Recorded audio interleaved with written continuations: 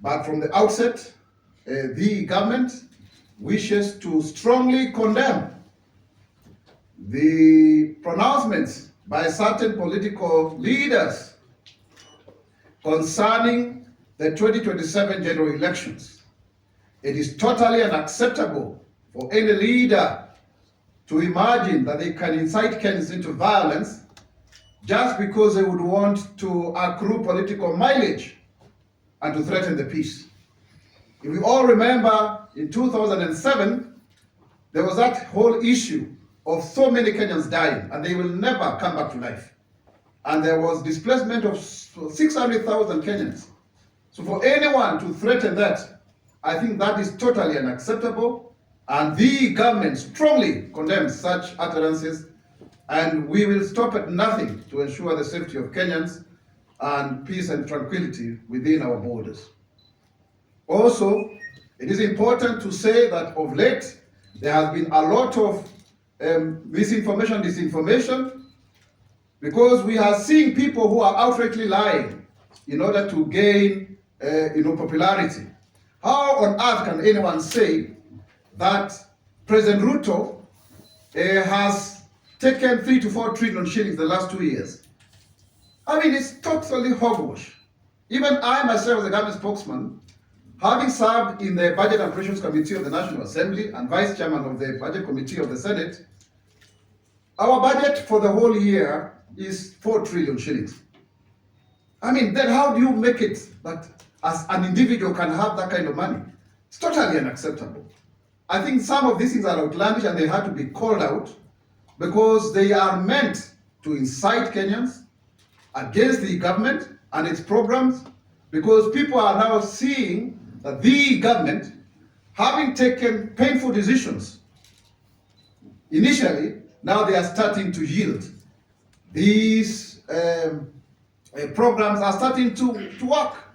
If you look at, for example, tomorrow, we shall have the affordable housing, the first time that we'll have keys that will be handed over by none other than His Excellency the President at Mukuru. It's now no longer Mukuru slums, it's Mukuru estate, and you can see the people of Riera village are very happy.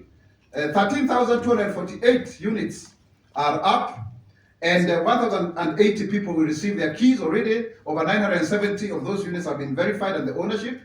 So, and there are great Kenyans there who are celebrating. So Kenyans are invited at 8 a.m. people to be seated so that the president can actually hand over the keys, as we promised, to construct over 200,000 houses every year in 5 years, so that we are able to shelter over 5 million Kenyans. And it's very, very cheap, because we are talking about a unit going to as low as 3,900 shillings for social housing.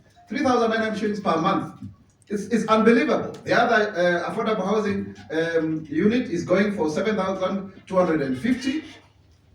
It's called affordable housing, and the other one, affordable middle class, 21,160. So you can see people who are earning on 20,000 and less are able to now own homes, studio apartments, 1 bedrooms, and we proceed going forward. And that is why we are saying this is how the money has been used.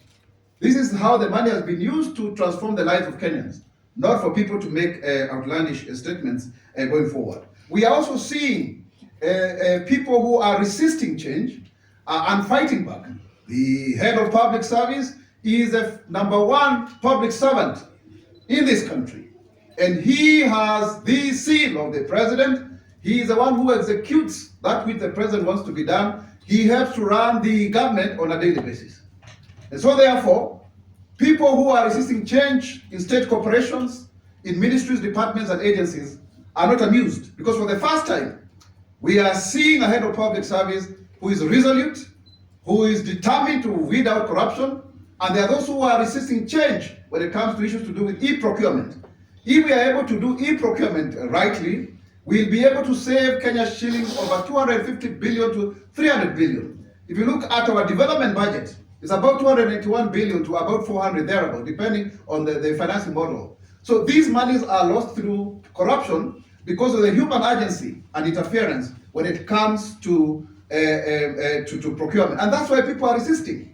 People don't want to separate between the boards and the CEOs. And so therefore, we are not relenting. We shall move forward. We had a very good meeting last Tuesday that had over 3,000 public servants from all of our over 300 state corporations, our 57 state departments, and our 22 ministries, and the state law office. And so therefore, we'll move forward. There's always going to be fight back, but the government is resolute in ensuring that we transform our country going forward.